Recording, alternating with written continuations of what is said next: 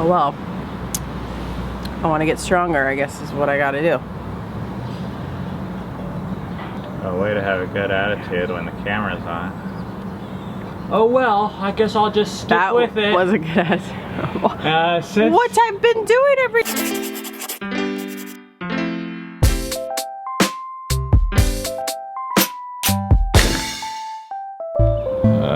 So depressing how dark it is in the morning now.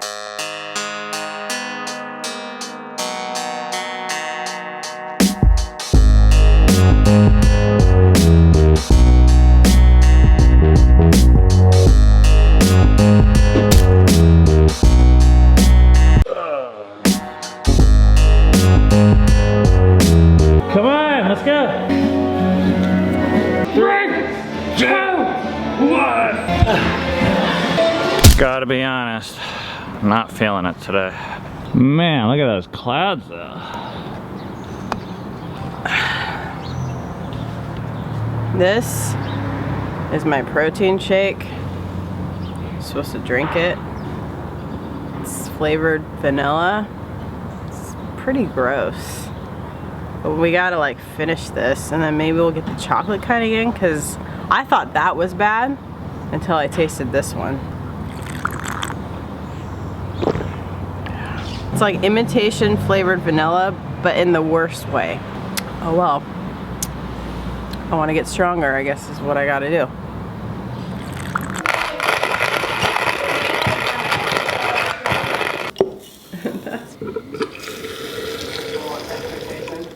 That my past idiot self forgot.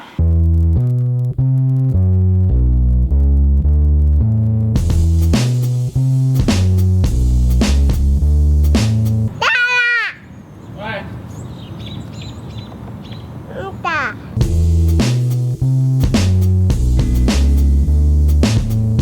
500th episode of Fight for Together. I can only imagine how much time and effort and work you all have put into this over the last couple of years, and we think it's amazing. I've got to admit, I didn't totally get the vlog thing at first, but for some reason we kept watching. We just watched a video from a family that we know personally, and they were just thanking us for putting out these vlogs and congratulating us for putting out 500 of them, and it was super encouraging. Each one of them shared something that they liked or was impacted by our vlogs. Thanks Chandler so much for sending that to us. It was super encouraging. One of the cool things that Matt said in the little video his family made for us is he said, I've got to admit, I didn't totally get the vlog thing at first, but for some reason we kept watching. I can really resonate with that because when we first started, I didn't know how to share some of what we felt like we had with other people. Like the only formats I had known about were like teachings or sales pitches or sermons. And we felt like we just wanted to actually like just show people another way of doing family. And it's hard because it's really hard to explain. There's so many facets of it. You know, one day or one adventure or one trip or one Instagram picture is not enough. It's like complicated. You know, there's relationships, there's like tiny ins and outs about cleaning the house, there's interpersonal dynamics in our marriage. For that, I'm actually so thankful for this vlog format where we get to really have this low pressure situation where every day we get to just show kind of like what's on our mind or what's happening in our real life, instead of having to like, you know, put together this polished belief system that's really supposed to like nail all of it, which I don't think we could even do. Now for lunch, I'm doing something a little different. A long time ago, a pastor invited me to come speak at a church that he's at. And 3 weeks ago I did that. I posted the talk online. But I asked this pastor if there's any advice he has to help me become a better communicator, because this is something I don't have hardly any practice in, is public speaking in this long format way. And it's a completely different ball of wax. Having notes prepared and knowing how to like keep an audience engaged for 30 minutes without being able to pause or edit. It was like really hard. So he's gonna give me some feedback on how to become better. And I have some questions for him. Like, I wanna know, did I pack too much in? Was it too dense? Should I have done like less? I'm late, I gotta run.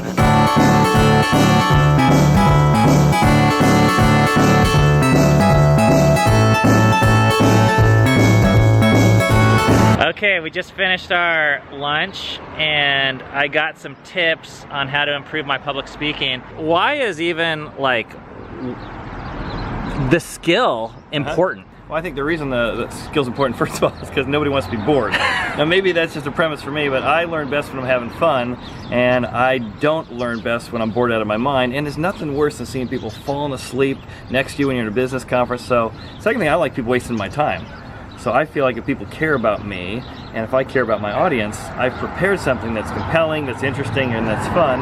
And I think people feel that in the audience. They feel that on the video. Even in a church, though, that's important, you're saying?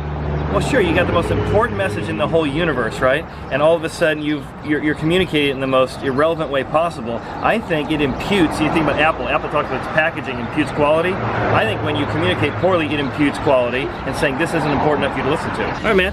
Thanks. Thank you.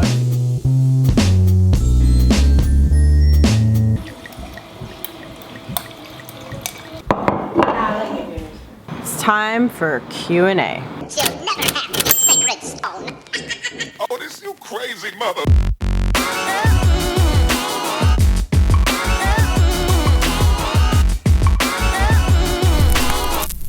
Kelly Samantha asks, at what age will you allow your kids to date? Do you have different dating rules for boys and girls? I don't think we have different rules for the boys and girls. I think it depends on your definition of date.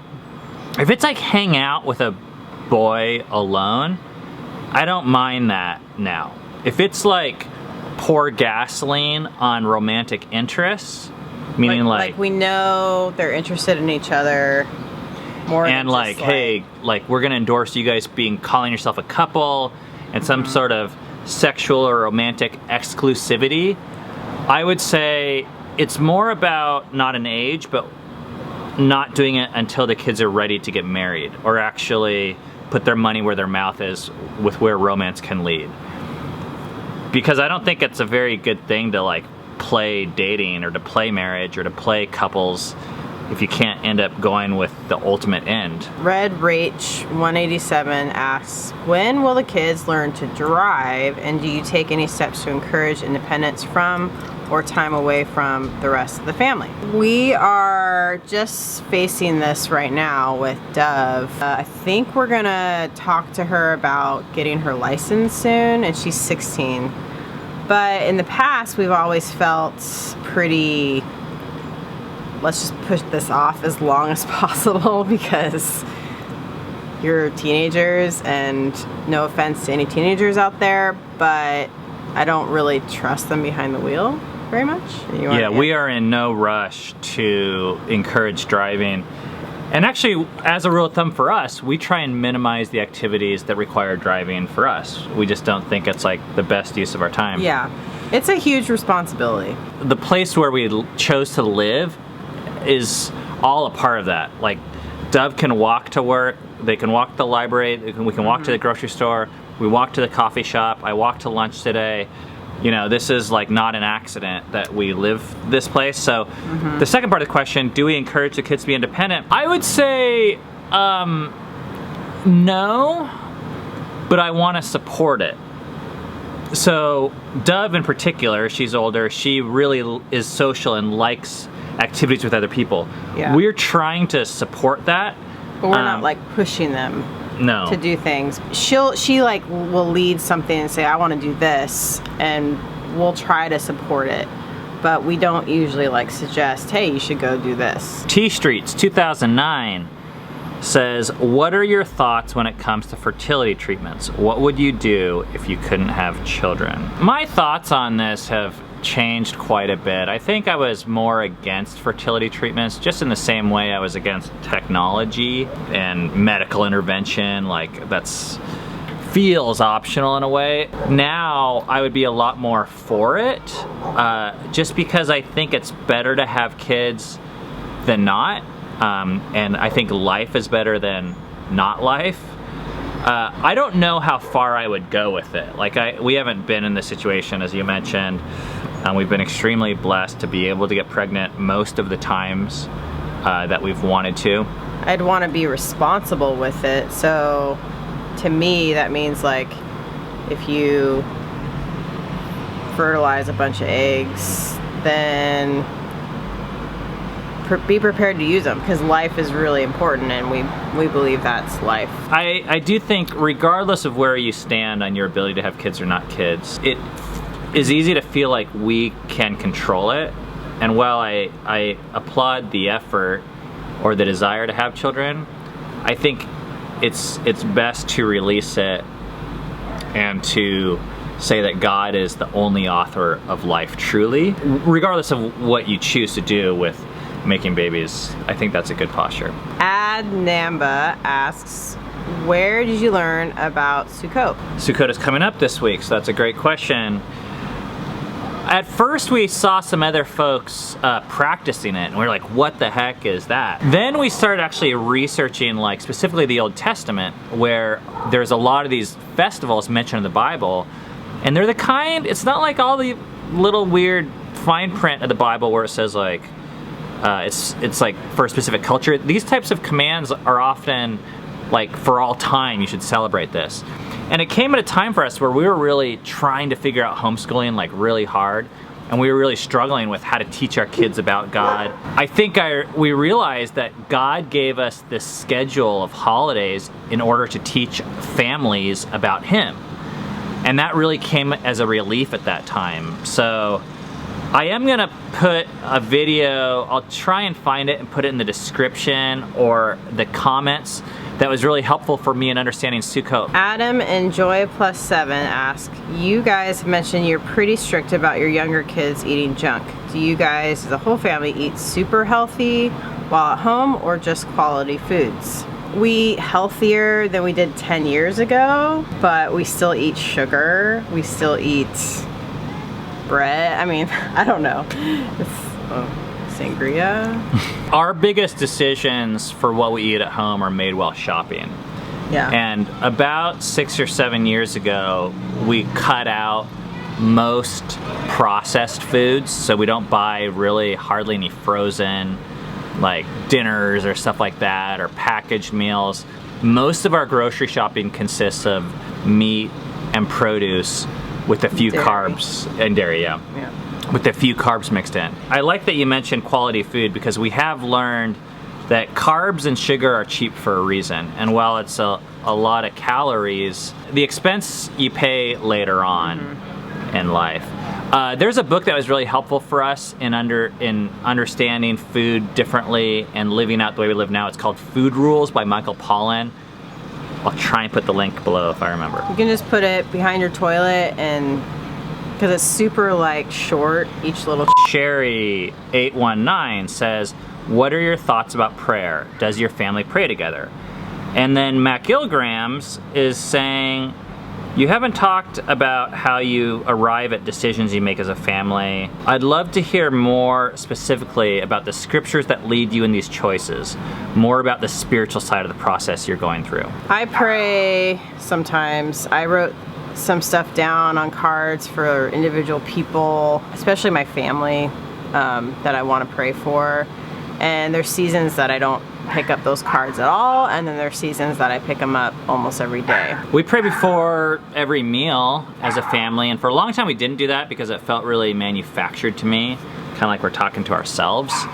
But I think now when I do it, I think I'm talking to God, and that's important to me. And in terms of like making decisions as a family, I wouldn't say that we just consult individual scriptures or try and ask God about each decision. There's times where I felt like He's talked to me, but not much in response to those types of things. So I think what we try and do is accumulate wisdom and an idea of God's desires, at least based upon what the Bible says, and apply that filter onto our decisions. and then be extremely like sensitive and quiet to where if we feel like he is imposing something on our hearts, that we are sensitive and reactive to that and obey right away. But that has been more of a rare thing for us. It's not like daily or even weekly or monthly for me. Those types of things maybe happen a couple times a year. I've learned with prayer that what's helped me is to understand that doesn't need to be this like complicated thing. It can just be, I'm like aware of God's presence. I'm like aware He's here with me. And I think that can be prayer. It doesn't have to be words that even come out of your mouth. Lelocked asks, Ben, do you have a scar on your right shoulder close to your armpit? Well, actually I do. Can you see that there? Right there. That was from a surgery that I had in high school, but actually I had the identical surgery but performed orthoscopically on this shoulder too, and you can't really see the scars, but you can feel them. That's like an indent. So yes, I have had surgery on both my shoulders before the age of 22. I'm very thankful for it because they used to dislocate all the time, and now they don't. Alicia Eliza 6F asks, do you ever feel like you struggle with idolizing family? I have struggled, still struggle with that. I think with anything that's like really important to me, that's a danger to idolize it or to put it like above, higher than it should be. I don't think I do. And the way that I have decided that, which I hadn't really thought about until you asked, is that if it was taken away from me, I think I'd be okay. Like it'd be sad, but my life doesn't revolve around my family. Like hours-wise, I put a lot of time into it because we believe it's the primary building block and like top priority for us right now. For a lot of our life, we didn't have family, and I was fine.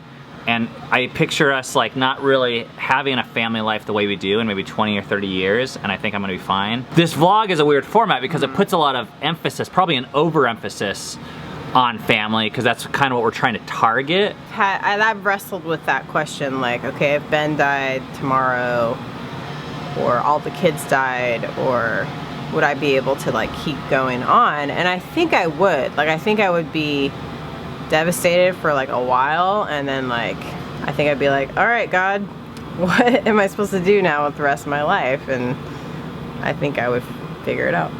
And that to me says that family's not the ultimate thing for us. Like that's what an idol is. That's what God wants us to be, the ultimate thing. Yeah. And that's actually really important to me, that He remains the ultimate thing. Yep. Okay, we're ready for our date. Yep, exact thing we did last week. I don't know, now I'm thinking about going to see a movie. Oh, what movie? It's the new Tom Cruise movie. It got, okay, ratings. All right, you ready to go? Yep. Here we go. Here we go.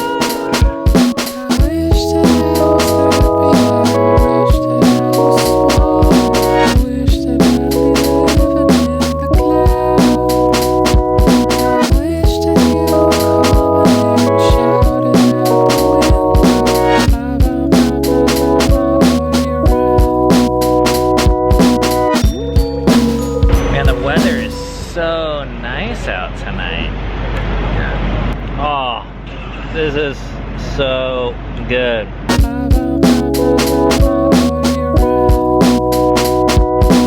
There is a big problem with this check. This is half-price sushi, and they did not charge us half price. Thank you. We're on to the second part of our date. I really look forward to this part. We really like it here.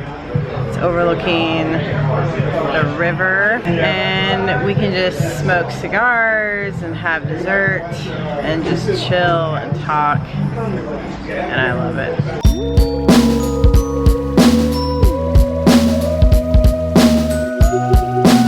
We're at the movies. Don't make a poor decision. Please silence your phone. What was that movie called? American Made, I think. I really liked it. happens.